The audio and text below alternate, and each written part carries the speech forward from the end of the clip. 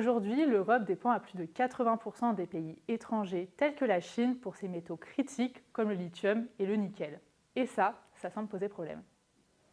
Alors, au niveau européen, le Critical Raw Material Act, adopté en 2024, veut sécuriser les approvisionnements. Pour cela, il fixe des cibles de référence à atteindre d'ici 2030. Au moins 10% de la consommation annuelle de l'Union européenne issue de l'extraction doit être réalisée sur le territoire européen.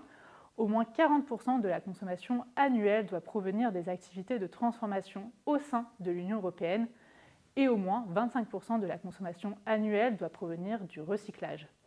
Et c'est donc dans ce cadre-là qu'en France, des prospections de réouverture de mines commencent à pointer le bout de leur nez.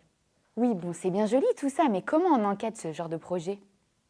En France, c'est le code minier qui encadre l'exploration et l'exploitation des ressources du sous-sol.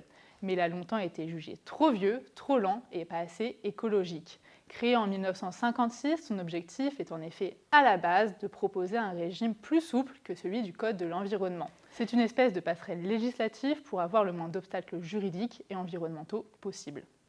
Mais ce temps est révolu. Le code minier a en effet été récemment réformé pour mieux intégrer les enjeux environnementaux et sociaux tout en accélérant les projets stratégiques, notamment en 2021 dans le cadre de la loi Climat et Résilience. Cette dernière impose que toute demande de titre minier soit accompagnée d'une analyse environnementale, économique et sociale, ce qui permet d'évaluer les impacts du projet. L'État peut désormais refuser une autorisation si l'exploration risque de porter une atteinte grave aux écosystèmes ou aux intérêts environnementaux protégés.